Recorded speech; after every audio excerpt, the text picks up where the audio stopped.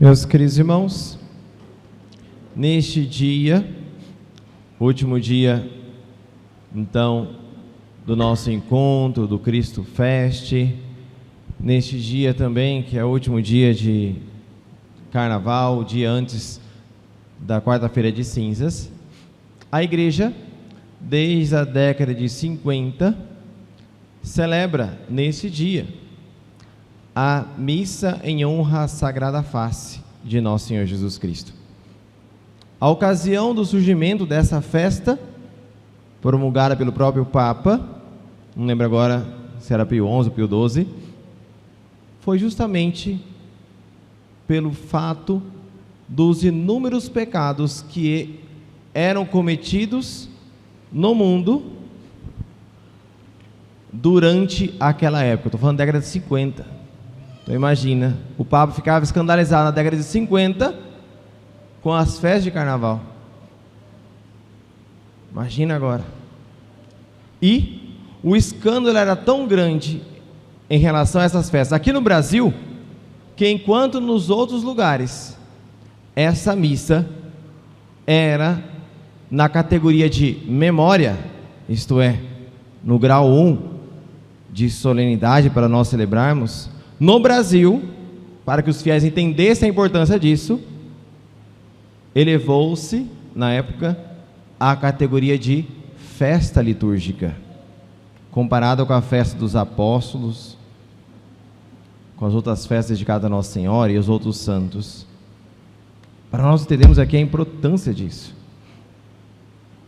Meus queridos irmãos, basta nós termos um pouquinho de inteligência, refletirmos um pouquinho, para nós percebermos que dos 365 dias do ano, o dia que mais se comete pecados no mundo são os dias de carnaval.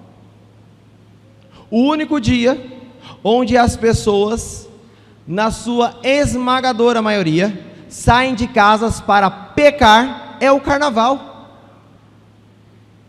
Saem para se embriagar, saem para cometer sacrilégios, para cometerem adultérios, fornicações, cometerem assassinatos. As páginas policiais estão aí, amanhã vocês podem só abrir, vocês vão ver o tamanho da tragédia. Famílias destruídas, vidas dizimadas. O inferno sorri diante desse espetáculo, diante desse desfile. E hoje em dia, meus queridos irmãos, falando de desfile, já não há mais nem mesmo aquela coisa velada de que é uma festa de Satanás. Está às claras. Não precisa nem ir muito longe, não precisa nem pesquisar muito. No evento mesmo que teve, lá no, não sei se foi Rio de Janeiro, São Paulo, nem sei, só soube da notícia. Estavam em dúvidas sobre o que queriam fazer lá na passeata. Consultaram uma das entidades demoníacas para que ele dê a resposta. O que a gente faz agora? Não, manda aquele mesmo pessoal para ir em outro lugar. Veja, meus queridos irmãos, como o demônio reina, infelizmente, no coração das pessoas, zomba de Nosso Senhor durante esses dias. É por isso que a igreja nos convida a rezarmos. E poderíamos dizer: pare, mas por que eu tenho que fazer alguma coisa? Por que eu tenho que fazer isso? Pega um exemplo que um padre falou que é bem interessante, e esse exemplo é fácil para a gente poder entender. Se o teu irmão ou tua irmã dá um tapa na cara da sua mãe, e a sua mãe fica ali triste, abatida,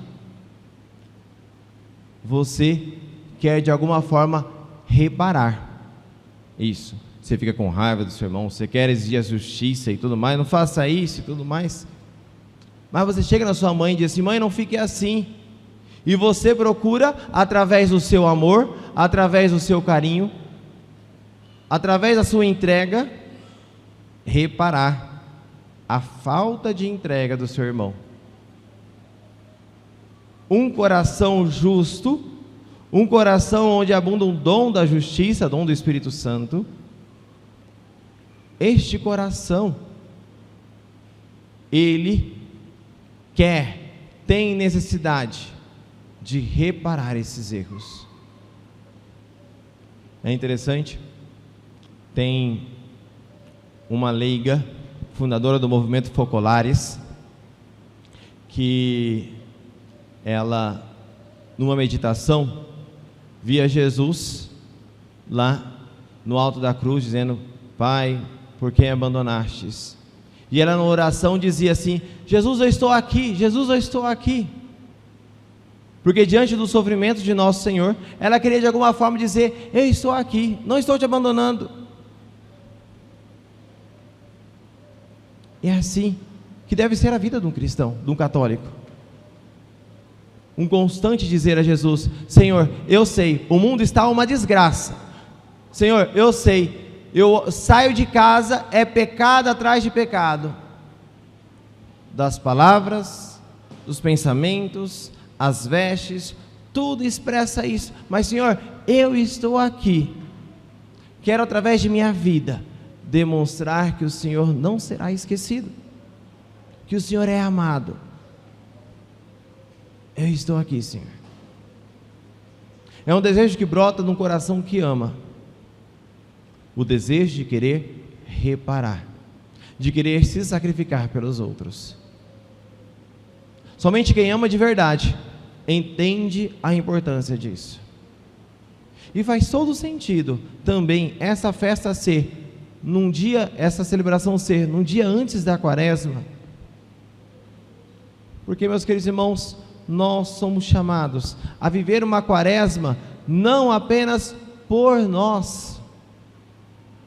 Você é chamado a viver uma Quaresma não somente por você. Eu vou aproveitar que vai chegar a Quaresma, não vou cortar o açúcar porque eu já fico magrinha, né?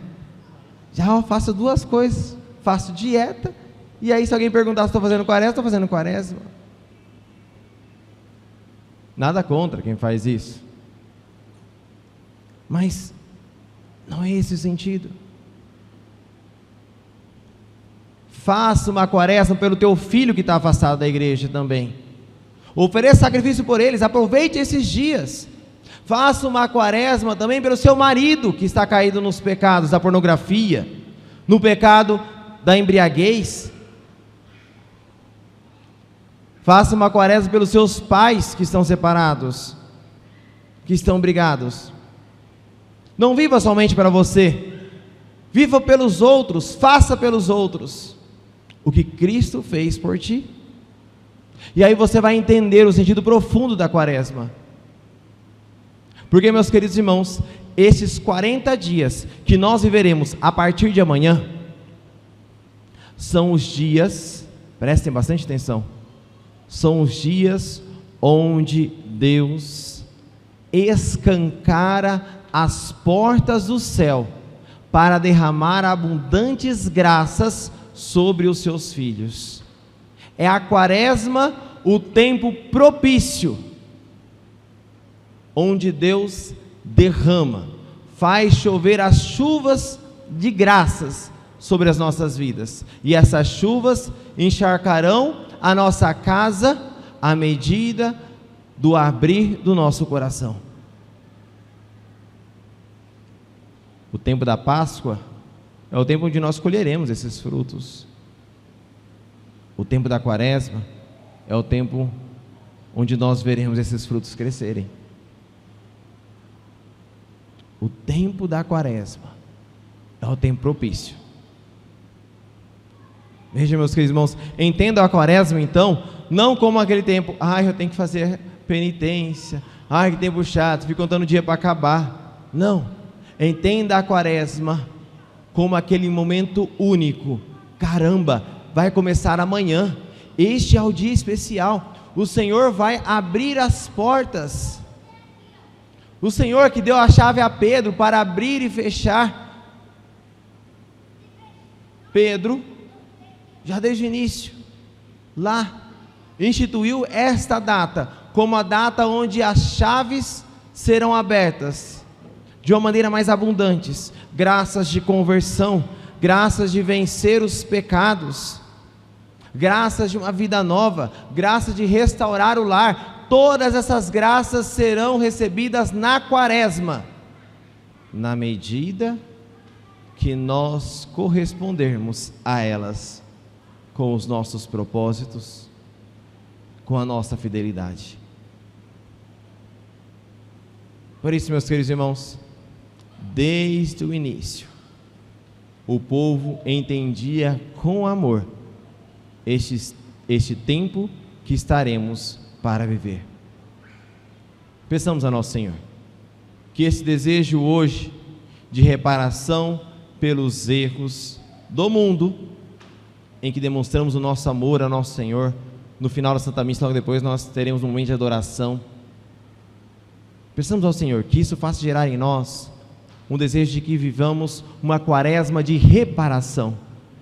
Senhor, eu quero fazer um propósito, não somente por mim, Senhor, eu quero fazer um propósito também pelo meu pai. Senhor, eu quero viver esse propósito, eu quero viver essa quaresma pela minha mãe. Senhor, eu quero viver esse propósito, essa quaresma pelo meu irmão, pela minha cunhada. Senhor, eu quero viver esse propósito, essa quaresma também pelo meu marido, para que através do meu sim diário, através da minha entrega, as graças sejam derramadas não somente em mim, mas graças atinjam também a eles, e eles se convertam. Senhor, eu quero viver uma quaresma não somente por mim, quero viver uma quaresma por eles. É isso, meus queridos irmãos, o sentido da quaresma. Vivamos, estamos para entrar no tempo da quaresma, vivamos esta quaresma, não somente por nós, mas por aqueles que nos são tão queridos, por eles, Senhor, por eles eu viverei essa quaresma. E por que eu digo isso?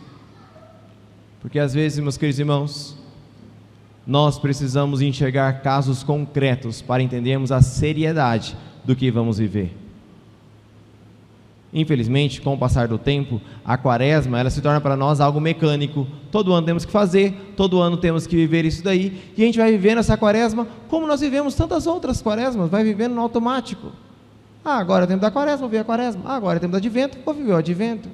Mas quando nós trazemos para este tempo situações concretas que atingem a nossa história, que atingem a nossa alma, pessoas concretas, aí nós vivemos de uma maneira única aquele momento.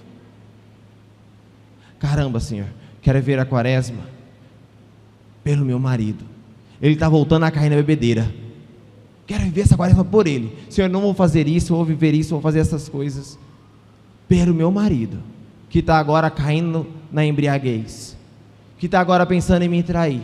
Vou fazer essa quaresma por ele. Você está trazendo uma situação concreta na sua vida. Isso te levará a viver uma quaresma de uma maneira única. Senhor, eu quero viver essa quaresma pelo meu filho. Estou vendo que ele está assim, enfiando ali nos mundos com más amizades. Senhor, eu quero fazer essa quaresma por ele também. Quero me entregar, quero fazer sacrifícios por ele, Senhor. Você vai ver que a quaresma, ela tem um tempero diferente. Senhor, eu quero fazer essa quaresma porque eu quero me libertar desse pecado. Não aguento mais, Senhor, cair nesse pecado, sei lá, da pornografia, nesse pecado das drogas. Senhor, eu quero fazer essa quaresma para me libertar dessa situação. Não quero mais viver isso. Situações concretas. Somente viveremos com seriedade se trouxermos aos nossos propósitos situações que atingem a nossa carne. Então, antes de você pensar o seu propósito, peça a graça do Espírito Santo e olhe para a sua história. Olhe para hoje, você hoje. O que lhe tem incomodado? Qual o problema? É o seu filho? É a sua gestação? É o seu pai? É a sua esposa? É a sua sogra? É alguém que está doente? É alguém que está entre a vida e a morte? É alguém que recentemente foi preso? Todos nós temos, pegando as palavras aqui de São Paulo, um espinho na carne, um incômodo, que onde a gente vai, a gente fica preocupado com essa realidade. Pois bem, ofereça essa quaresma por essa situação, para que assim então você viva uma verdadeira quaresma. Aí, a partir disso, entendendo por quem eu estarei fazendo esse sacrifício, a partir disso, aí você pede a Deus que te ajude a escolher um propósito, porque aí você vai fazer um propósito que partirá de um coração que quer sacrificar por Deus e pelos outros. Aí você vai ver a diferença da penitência, da fidelidade em se viver aquilo ali. Então viva isso. Aqui estou dando algumas dicas para que nós possamos viver uma verdadeira quaresma que está para iniciar. Seja louvado nosso Senhor Jesus Cristo.